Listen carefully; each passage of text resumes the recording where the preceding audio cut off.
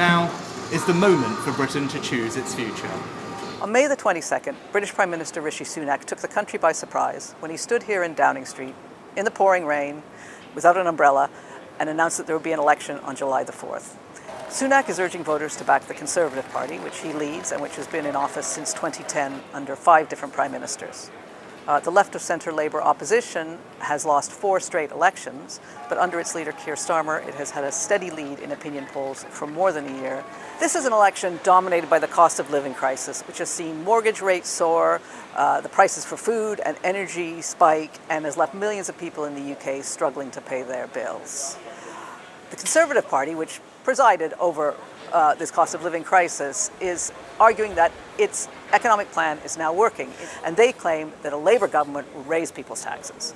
Labour, in contrast, insists that it wouldn't raise personal taxes and says it would invest heavily in infrastructure and green energy and get the economy growing, and that would raise more taxes and allow it to invest more in public services. Other major issues include the struggling National Health Service and the high rate of immigration to the UK, which is symbolised by the tens of thousands of people each year who try to reach this country in small boats across the English Channel.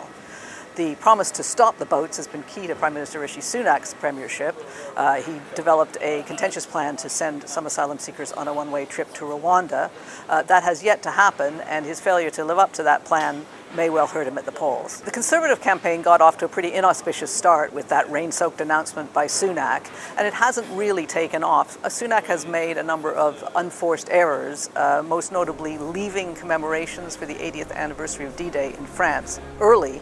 Labour has taken an extremely cautious approach to the campaign. It's often likened to Keir Starmer being like a man carrying a very expensive vase across a highly polished floor and not wanting to drop it.